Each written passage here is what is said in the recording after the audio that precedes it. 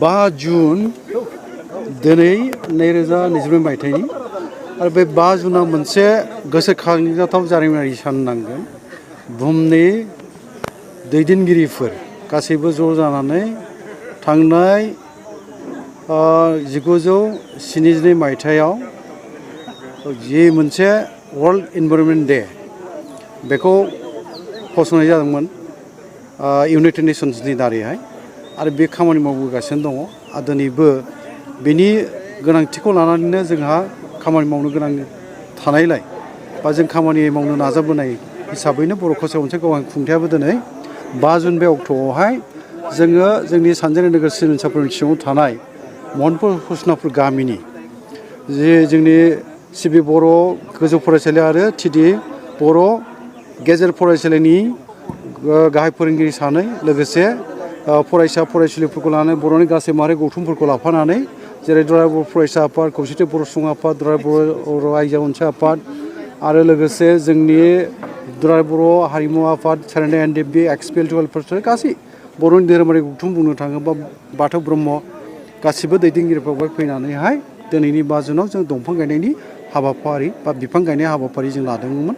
फुंनि समाव बेयो जोबनानै थांबाय मोजाङै जोङो खामानिफोरखौ बा बिफां गायनायनि जे हाबाफारिमोन बेखौ जों फोजोबबाय माखासे लिंहरनाय आलासिफोरनि दारै जोङो बे खामानिफोरखौ मावफुंनो मोननाय जाहैबाय आरो आङो बेखायनो बुंनांगोन बर' कसारि अनसाय गावआं खुंथाय जानानै बिथांमोननिसिम साबायखर बावनांगोन आरो गोनांथिया बेनो दिनै बुहुमाव बिफां लाइफां गैयिनि थाखाय जोंनि सुबुं सोदोमस्रिया आरो जोंनि सुबुं माहारिनि बा जोंनि थांनानै थानायनि जि मोनसे हालोद बेयो खैफोद गोनां जानो थांगासिनो दङ।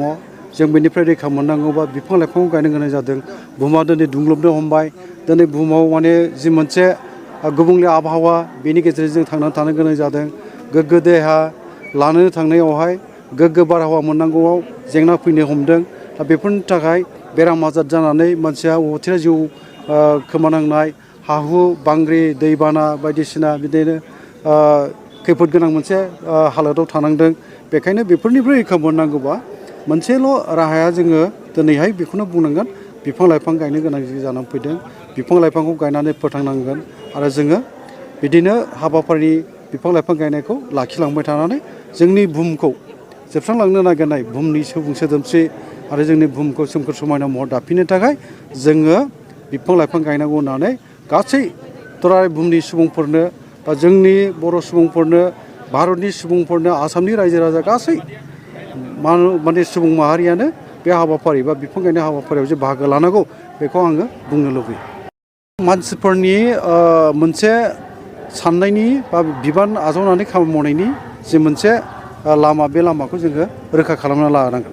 ओरैनो बिफां गायोबानो बे बिफाङा जे थांनानै थागोन बे नङा। बिफांखौ गायनानै फोथांना लाखिनायासो गिदिर बाथ्रा।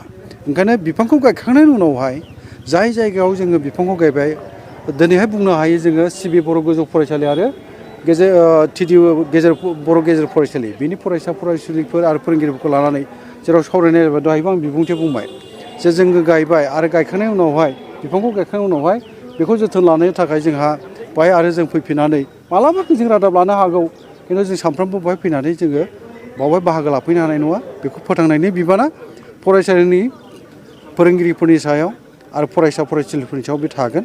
बेखौ गायनायनि उनावहाय जेला सान्दुं गोसा जायो रानलांनो हमो बिफांफ्रा दै लुनायनि बिबानफोरखौ लानांगोन आरो बेखौ जोङो बारि दुमख'नानै जेवरा दुमख'नानै मोजाङै जोथोन लानायनि जेरै दा जोङो मोनसे